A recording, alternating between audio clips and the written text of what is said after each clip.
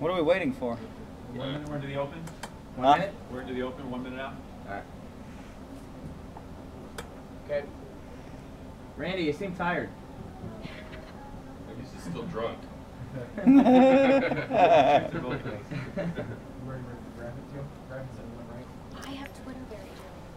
Twitterberry.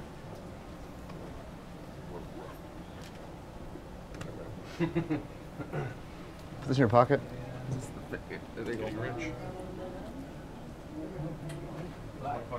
Welcome, everybody. My name is David Chikotsky. I'm here with the incomparable Phil Hellmuth and Joe Sebok, the mayor of poker.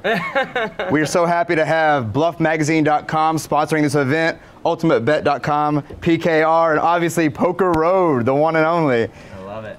Poker Road, speaking of Poker Road, how about Poker Brat? Poker Brat, Poker Brat. Isn't that the way you're supposed to market it multiple times? Yeah, you have to repeat it 3 times, I've heard.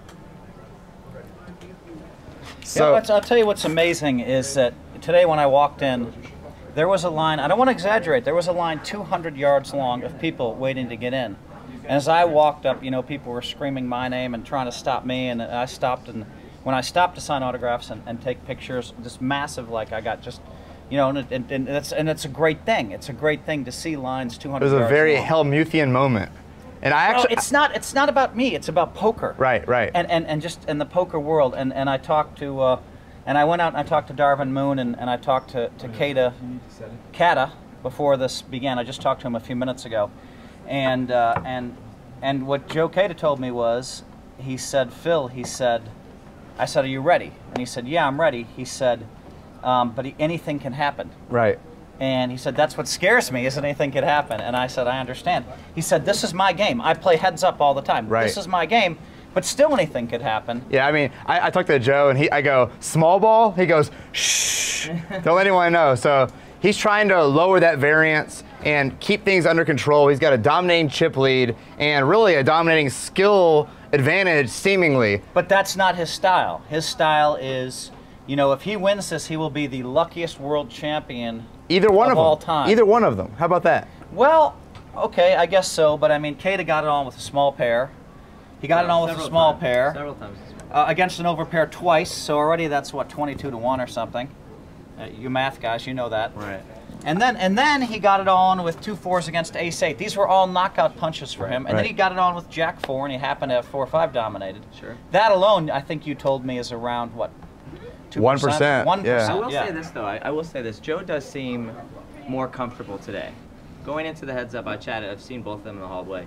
Joe seems comfortable. He seems like he's more comfortable now actually than when they came 9-handed to me. As So if I really Darvin think doesn't seem comfortable? He's the Well, he's the Darvin- ultimate cool customer. I don't know honestly if Darvin, I don't want to say wants to win. I think there's a piece of him that doesn't want to win, that doesn't want to deal with all the accolades Right. and the cameras and people coming up and kissing the babies and signing the hats. Right. You know, so I don't know. You know, That's Darvin a may very want this to be over intelligent quick. observation. I think that there is a part of him.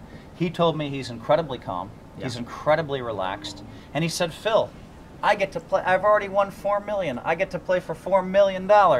He said, I love it. And he doesn't like the media. And Right. you know, and I'm hearing stories about way back when they hit the final table and they met with Jeffrey Pollock, who's been a great commissioner of World Series of Poker. And Jeffrey said, you're all going to have these monster suites when you come back.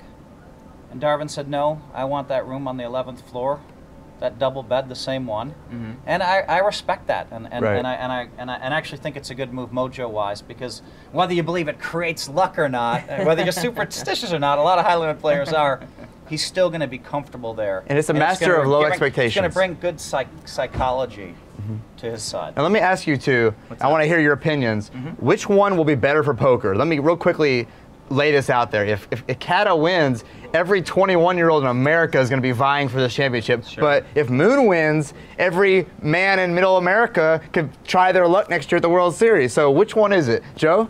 You know, I think that it really is going to boil down to, is Kata ready at 21 years old to represent poker?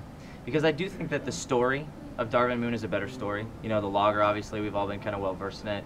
In a sense, it's sort of like a second moneymaker, right? Some guy comes in off the street, it gives a lot of people a lot of hope that they can take the big one down. But obviously, I think we all agree overall that, you know, Joe is going to be the guy who's playing these tournaments, who's going to be involved in it. So it really is hard to tell. It depends if you want an ambassador or if you want a story. I think is what it boils down Well, I to. love the idea that Kata could go for 60 years promoting poker. Right, exactly. And he's got a lot of longevity in him. But he's got to be, you know, he's 21. I mean, it's difficult. I mean, ask Phil. Phil, you weren't quite 21, but you were young. I mean, I how was tough 24. was It messes Right. you up. It's a big time. It's a big time thing.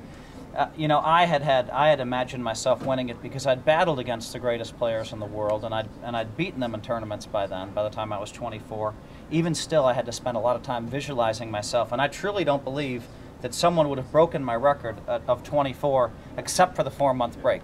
Because now, with 9-handed, someone who's young can actually visualize himself doing it, whereas no one who's under that age would actually bother visualizing. So, I mean, if you don't visualize yourself as having done it, it's not going to happen. Matt Morantz, everybody.